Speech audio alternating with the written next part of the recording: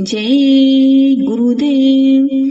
बिगड़े हुए माता पिता पुत्र पुत्री को यदि गुरुजन पा जावे, यह सत्य है कि अपनी शिक्षा अर्थात देवी भाव से सुधारने के पश्चात उनके तौर तरीके को बदल देते हैं और परमार्थ का जो तौर तरीका है उसमें प्रवेश कर देते हैं।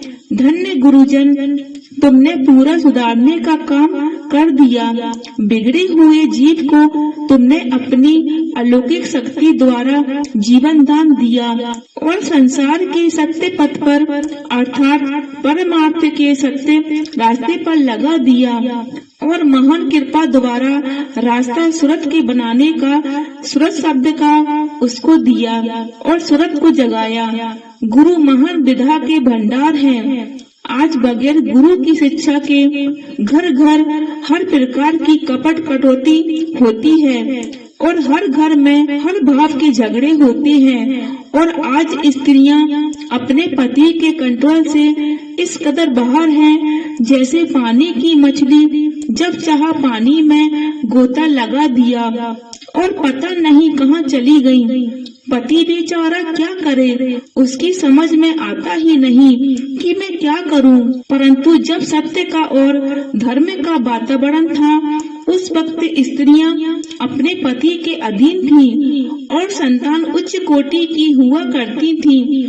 पर अफसोस है मनुष्य ज्यादा चंचल हो गया। वासना का जब से भंडार बना तभी से ऐसी महादशा भारत की बन गई और मनुष्य की क्रिया जानवर भाव में परिणित हो गई।